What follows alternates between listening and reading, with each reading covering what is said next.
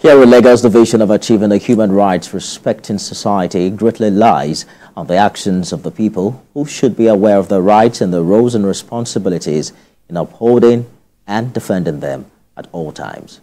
As part of efforts to avert child molestation, a non-governmental organization has kicked off its launch of Human Rights Club across secondary schools.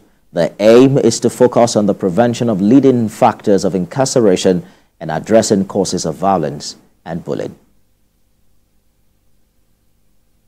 Them with advocacy skill, where they are able to advocate for their own rights and the rights of their colleagues, ensure that human rights is respected and promoted in Nigeria, active citizenship, where we don't just have docile citizens who are expecting the government to do everything, but also taking action and speaking up as children and members of the human rights. For instance, it's a thing now in schools in Nigeria, but when we have students who are taking pictures of victims rather than speaking up for them, that is gross. So the essence of the club is so that these students understand the concept of standing up for their colleagues, standing up when people are being victimized, and then they can speak up for them. The problem we have is identification of these rights.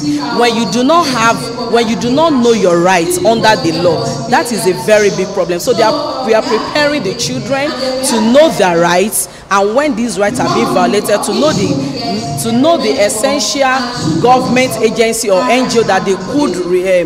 We have sexual exploitation, we have child abuse. They beat some children with marks and all of that in the school. So we are preparing them for the future to know their rights as a child in Nigeria. The bedrock of this violation basically is poverty. But if a parent is well informed and well educated of their rights, then it extends to the children. So the imparting the parents knowing their rights is the children knowing their rights too, and the parents will go a long way in educating and in protecting the rights of their children, that you cannot, my child or my children have rights which